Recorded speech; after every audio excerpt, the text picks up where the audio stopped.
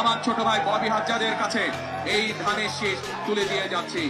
আজকে অন্য সব মার্কারে বলে দিই ভাই, সেটা রিক্সা হোক দাঁড়ি পাল্লা হোক, আমাদের ধানের শীষের নেতা কর্মীরা যদি পেশাব করে দেয় ওরা ভাইসা যাবে।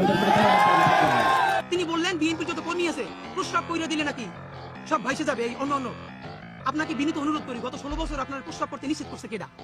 মানে গত 16 বছর আপনি প্রস্রাব করেন নাই কেন? আল্লাহর রাস্তায় বলেন। তা আপনার একটা কথা বলি, এত প্রস্রাব যখন পেটে নিয়ে 16 বছর রয়েছেন, 28 অক্টোবর 2023 পল্টনের সামনে যখন সমাবেশ হয়েছে, গ্রেনেড মারতে পারে নাই, তার আগে বুড়া নেতৃবৃন্দ মুহুর্মুহু কইরে পালাইলেন। আমরা বিএনপির কর্মী না, তবু 1 ঘন্টা সেখানে স্টেজের সামনে দাঁড়াইছিলাম, কোন একজন মাঝারি মানের নেতাও আছে কিনা আমরা প্রতিরোধ গড়ে তুলবো। একজনও পারেন নাই। যত লাখ লোক আসছে প্রস্রাব করলে তো আওয়ামী লীগ ভাইসে যাবে, তখন প্রস্রাব চাইতে কোথায় রাখছেন? মাথা উঠেই